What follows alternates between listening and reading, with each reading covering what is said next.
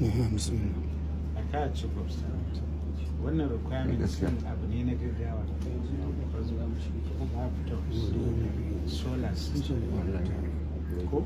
inda ba AC ana ta ma ofis ɗin ta ba ofis mu je ga offices sa muna godiya kuma ni na gode wa Allah da Allah ya sa bayan ka zama gwamna din nan bayan dogon da muka yi kuma zuwa yanzu kuma I want to assure you cewa muna nan tare da waccan gwamnati duk yankin da aka yi a gidan nan muna nan a kai wallahi your excellency wani sa'i sai mun yi kuka mun share hawaye sai da ta kai muna iya yankar 1/4 na pensions bai girma ce a gaban ka yan fansho suka zo akan maganar biyan wannan dan kudin nan da aka ce a baya palliative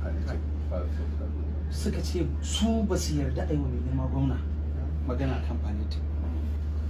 in Allah ya sa ya samu sarari ya biya ya ba su palliative a ce masa sun gode in bai ba su ba a gaya masa ya ba su palliative suka ce bawan Allah nan tun da izo ake ba mu kafin ya zo ana ba mu 3/4 na fansho amma tun da ka jun da izo ake ba mu full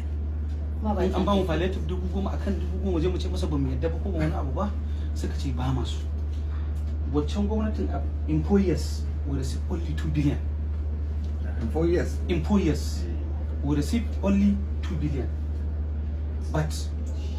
from June, July, August, September, October, November, December, in 7 months we received 6 billion.